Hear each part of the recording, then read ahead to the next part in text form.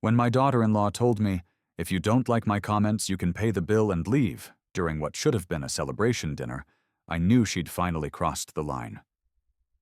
What happened next revealed the true cost of letting family disrespect go unchecked for too long. It was supposed to be a simple family dinner. My son Brian, his wife Michelle, and I had gone out to celebrate her promotion. But when she looked me right in the eye and said those words, "If you don't like my comments about your old-fashioned ways, you can pay the bill and leave," I knew this wasn't about celebrating anything. It was about putting me in my place. My name's Gerald Thompson, and I'm 67 years old. I spent 40 years as a mechanical engineer before retiring 5 years ago. These days, I keep busy with my woodworking shop in the garage and helping neighbors fix things around their houses. I thought I'd raised my son Brian right, and when he married Michelle 3 years ago, I figured I was getting a second daughter. Boy, was I wrong about that. The problems started small, so small I almost missed them. Michelle would make little comments about how I still used my flip phone instead of those fancy smartphones everyone carries around. She'd laugh and say things like, "Gerald still lives in the Stone Age with that ancient phone." Brian would chuckle along, and I'd just shrug it off. Hell, the phone works fine for making calls. What more do I need? But looking back now, I can see she was testing the waters, seeing how much I'd take before pushing back. The comments got sharper over time. Every family gathering became an opportunity for Michelle to point out how behind the times I was.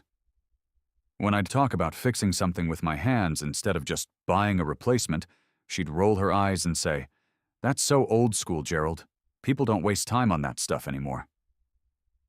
The way she said it made it sound like I was some kind of dinosaur who didn't understand how the modern world worked.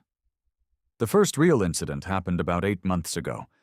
Brian's neighbor had asked me to look at his lawnmower. Wouldn't start, and he was about to throw it away and buy a new one. Took me 20 minutes to figure out it just needed the carburetor cleaned and a new spark plug. Cost him $8 instead of $400 for a new mower.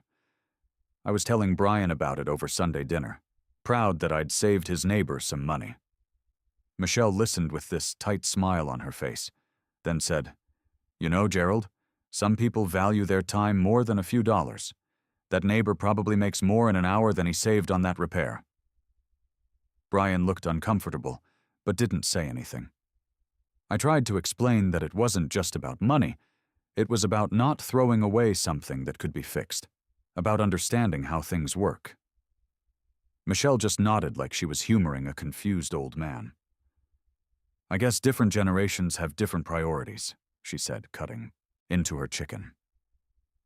These days, efficiency matters more than craftsmanship. The way she paused before craftsmanship stuck with me for days, like it was an outdated concept, something quaint but impractical. The real trouble started about 6 months ago, when Brian asked me to help him build a deck behind their house. I was excited. Hadn't done a big project with my son in years. I brought over my tools, drew up some plans, and we spent the weekend measuring and cutting lumber. It felt good, working alongside Brian like when he was a kid, helping me in the garage. Michelle came outside Saturday afternoon while we were installing the support posts. She watched us for a minute, then said, "You guys know you could have hired contractors to do this in half the time, right? All this manual labor seems pretty unnecessary when Brian's working 50-hour weeks." I tried to explain that doing it ourselves meant we could make it exactly how Brian wanted it, plus save money and spend quality time together. She just shook her head and said, "I guess some people have time to burn. Brian, you've got that presentation Monday you should be preparing for." That was the first time I saw the pattern clearly. She wasn't just making casual comments. She was systematically undermining the value of everything I did, everything I tried to share with my son. And she was doing it by framing my old ways as obstacles to Brian's success. The deck project became a week-long battleground. Every day, Michelle would find a reason why Brian should be doing something else. "Wouldn't it be faster to use power tools? Are you sure this is up to code?" The contractor I called could finish this in 2 days. By Thursday, Brian was getting frustrated. Not with the work, but with the constant pressure at home. I could see him torn between wanting to finish what we'd started and wanting to keep peace with his wife. Friday evening, we were almost done. Just needed to install the railing and stain the whole thing. Michelle came out with 2 beers for us, which I thought was a nice gesture. Then she said, "I've been thinking, maybe we should have a professional come look at this before you go any further. I found some reviews online about DIY deck collapses. Insurance might not cover it if it's not done by a licensed contractor."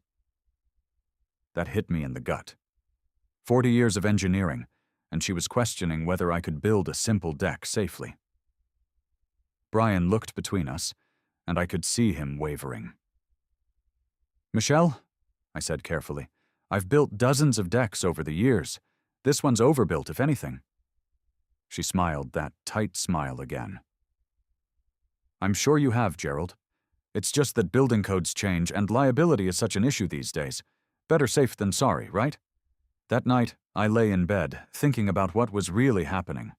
This wasn't about the deck or the phone or even the lawnmower. Michelle was waging a quiet war against everything I represented: traditional skills, hands-on problem-solving, taking time to do things right instead of fast. And she was winning, using my son's career and their financial future as weapons. The next morning, Brian called me early. "Dad, I've been thinking about what Michelle said.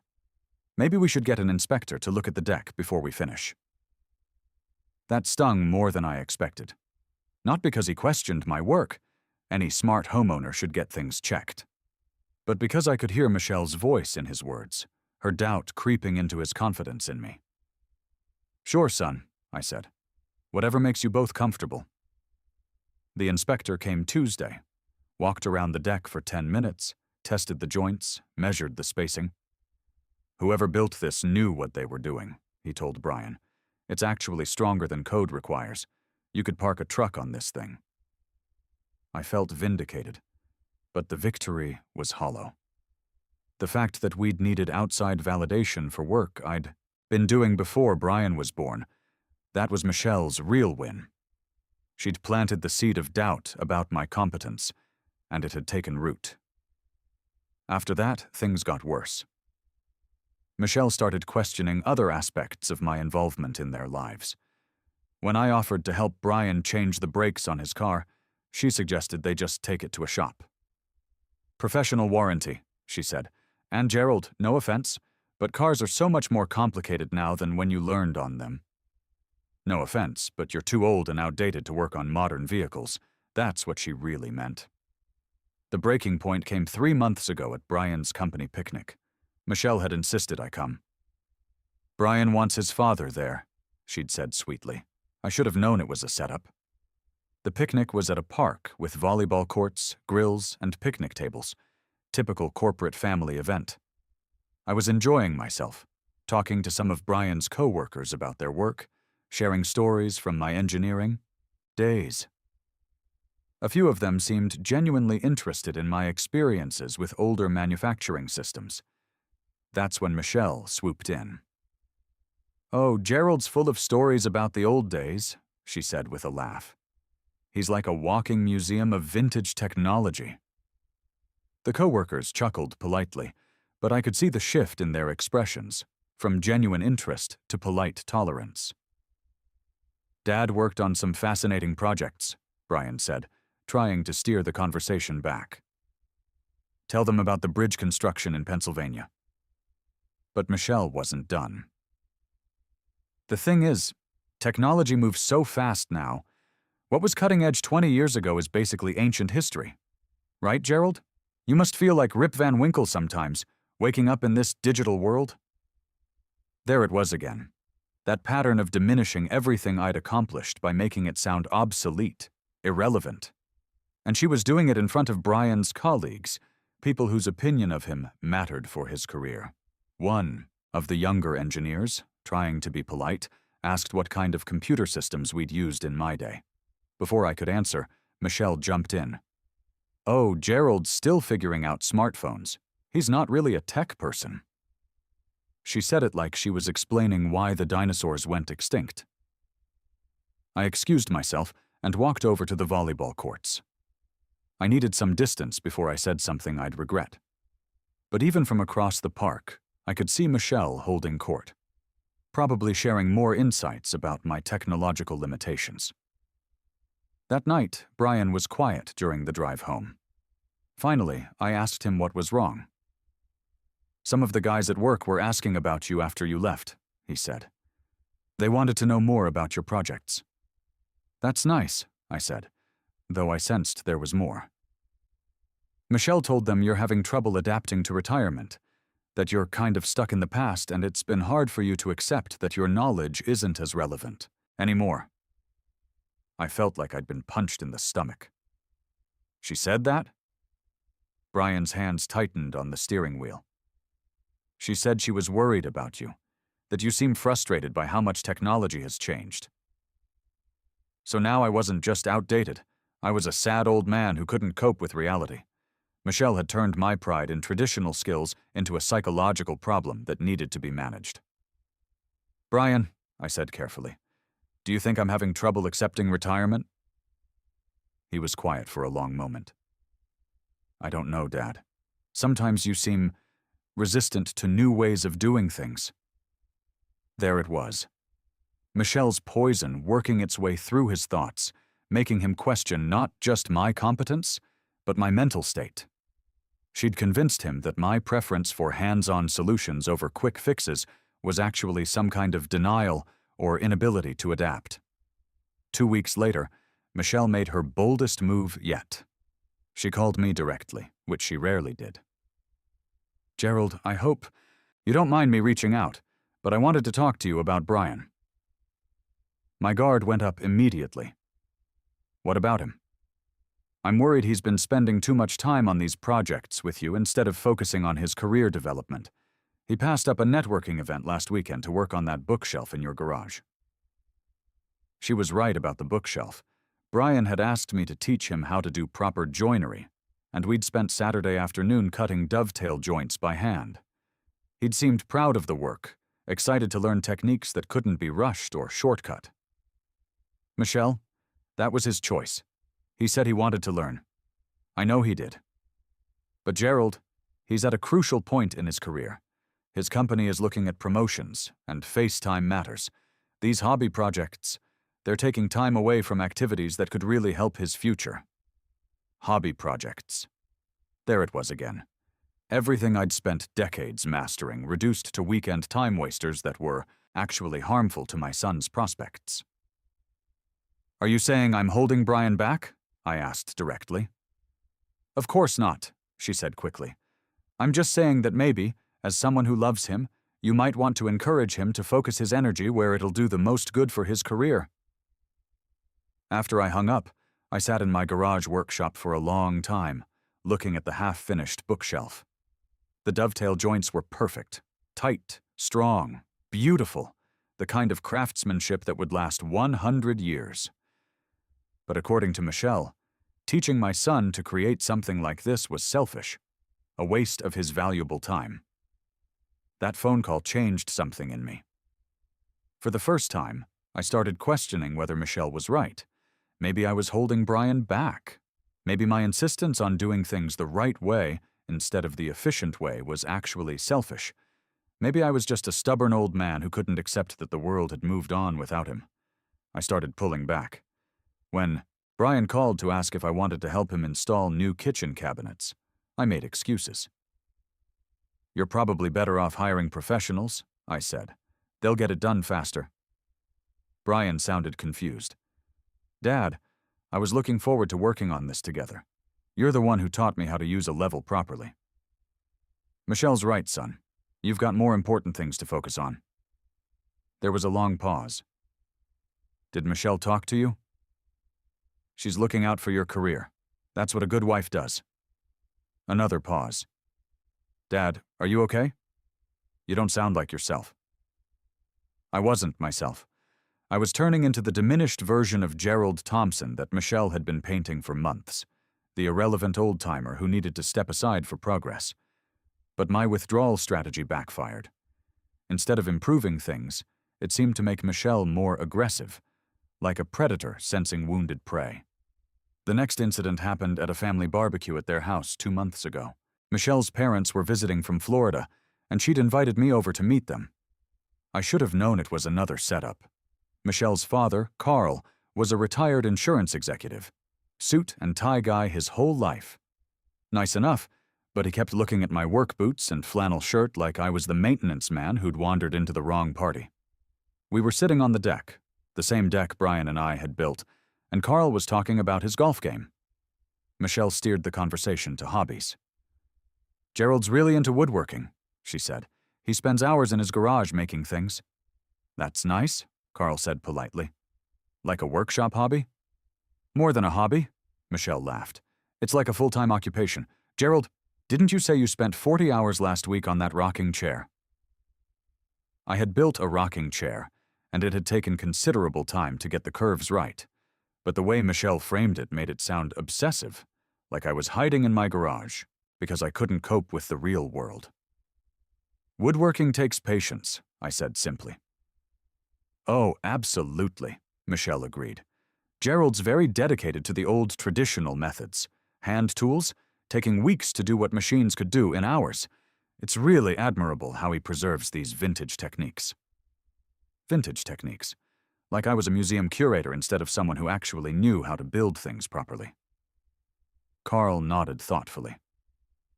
"I suppose everyone needs something to keep busy in retirement. Golf works for me." "The thing is," Michelle continued, "Gerald's been trying to get Brian interested in these projects too, which is sweet, but Brian's got such limited free time with his job." "Young men need to focus on their careers," Carl agreed. "Hobbies can wait." I sat there listening to them discuss my relationship with my son like I wasn't even present, like I was some lonely old man imposing on Brian's valuable time. Michelle had orchestrated the whole conversation to make me look pathetic in front of her parents. But the worst was yet to come. Later, when we were cleaning up after dinner, I overheard Michelle talking to her mother in the kitchen. "Gerald means well, but he's having a hard time letting go," Michelle was saying. "He keeps trying to pull Brian into these time-consuming projects instead of encouraging him to network and advance his career." "That's difficult," her mother replied. "Some men don't handle retirement well." "Exactly. And Brian feels guilty saying no because it's his father. But these weekend carpentry sessions are keeping him from more important activities." Weekend carpentry sessions. Like teaching my son valuable skills was some kind of therapy program for my supposed psychological problems. I left early that night without saying goodbye. Brian called the next morning. "Dad, Mom said you weren't feeling well when you left last night." "I was fine, just tired." "Look, I know yesterday was awkward. Michelle's parents can be a little formal." "It's not about them, Brian." "Then what is it? You've been different lately. Distant." I almost told him everything then. About the systematic way Michelle had been undermining me, about how she'd convinced him to question my competence, about the phone call where she'd painted me as an obstacle to his success. But what would that accomplish except forcing him to choose between his wife and his father? "I just think Michelle's right about one thing," I said instead. "You should focus on your career. You don't need to spend your weekends humoring an old man." "Humoring you?" Brian's voice got sharp. "Dad, those weekends in your shop aren't humoring anyone. You've taught me more about problem-solving and craftsmanship than I learned in 4 years of engineering school." "Times change, son. Your generation has different priorities." "What the hell is that supposed to mean?" "It means maybe it's time I stepped back and let you live your life without interference from outdated, old-fashioned thinking." There was a long silence.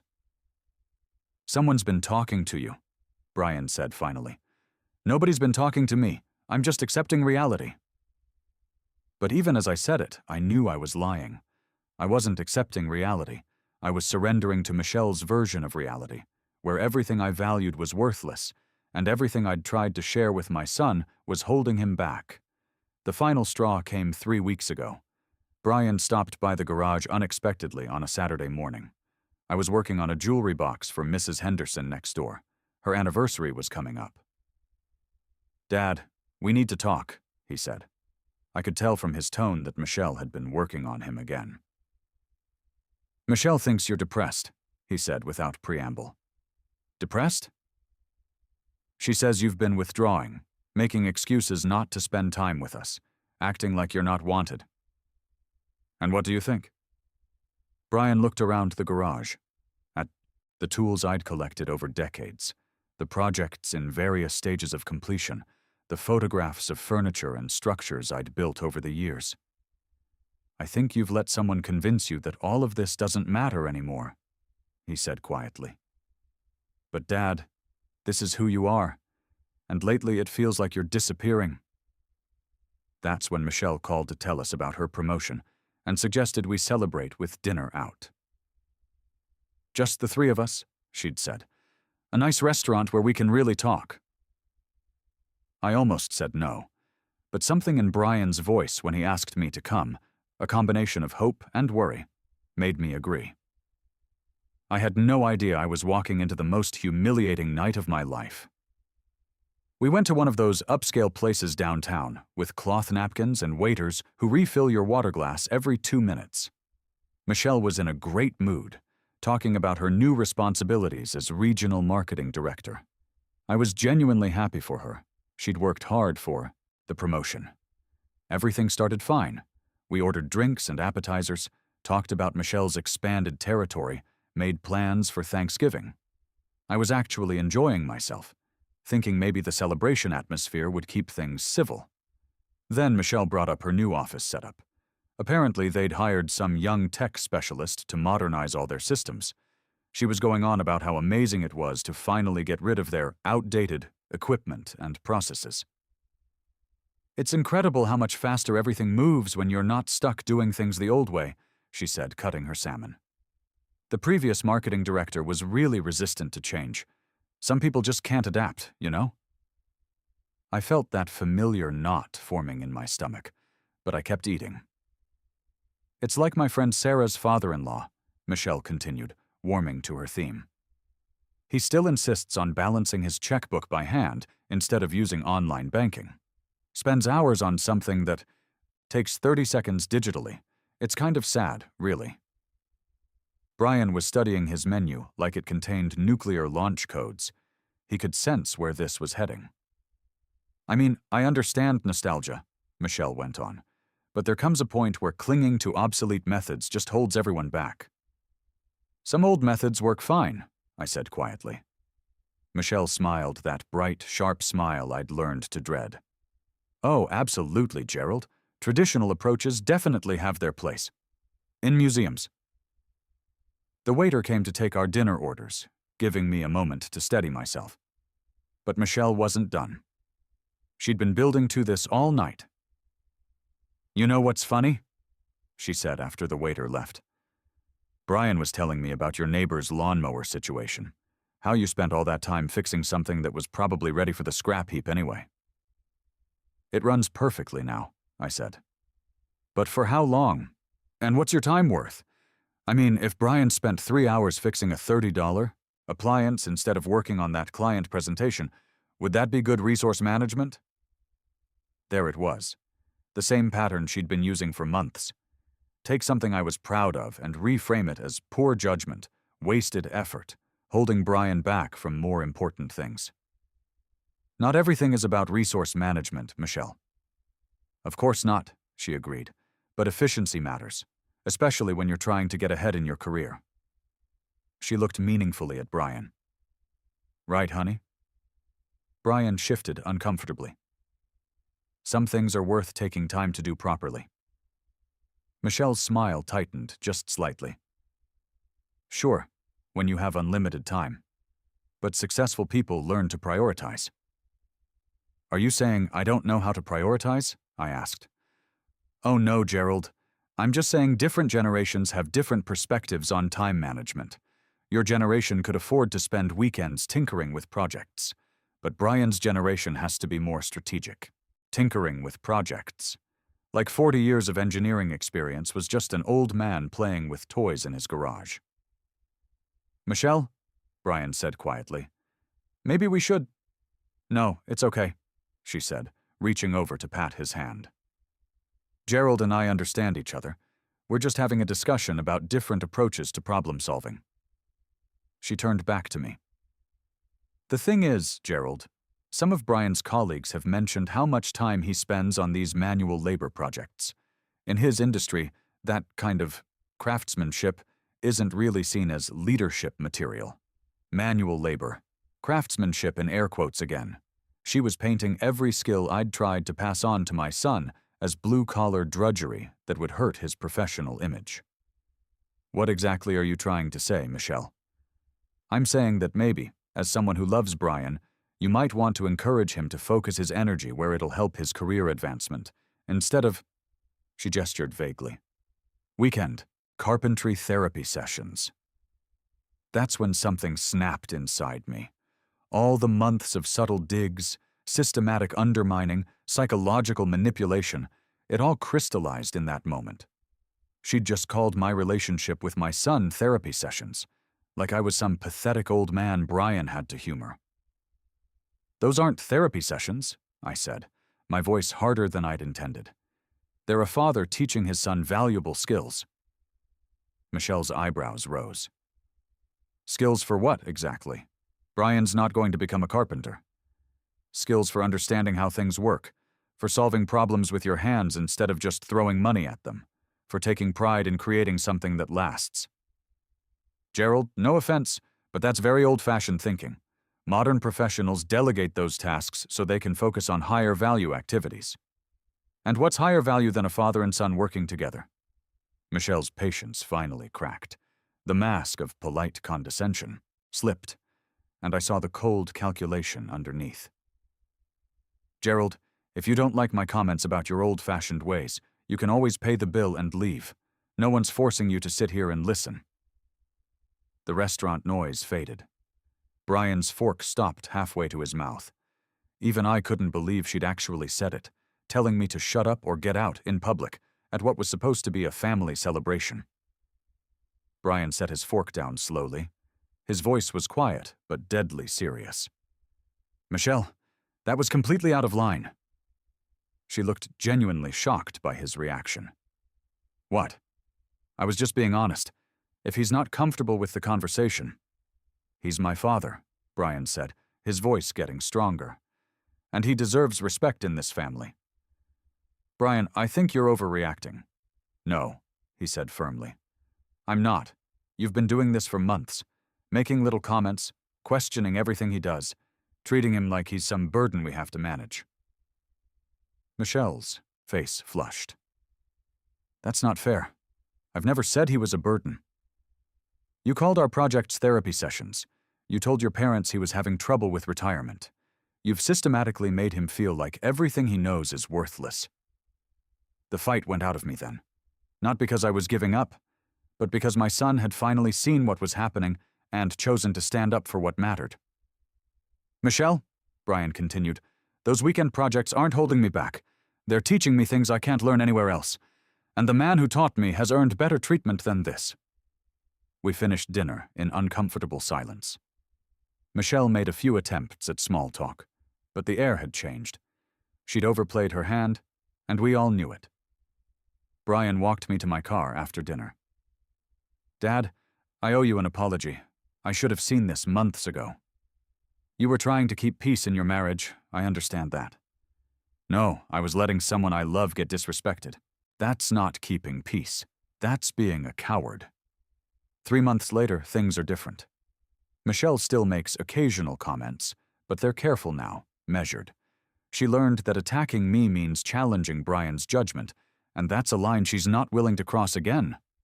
Brian comes by the garage every weekend now. We're building a dining table for their house. Michelle's idea, actually. She said it would be nice to have something handmade, something with history. I don't know if she really means it, or if it's just strategic. But I don't care anymore. My son knows the value of what I taught him, and that's enough. Sometimes the most important lesson you can teach your children isn't a skill. It's that some things are worth defending, even when it's uncomfortable. Respect isn't something you earn once and keep forever. It's something you have to be willing to stand up for every single day, especially within your own family.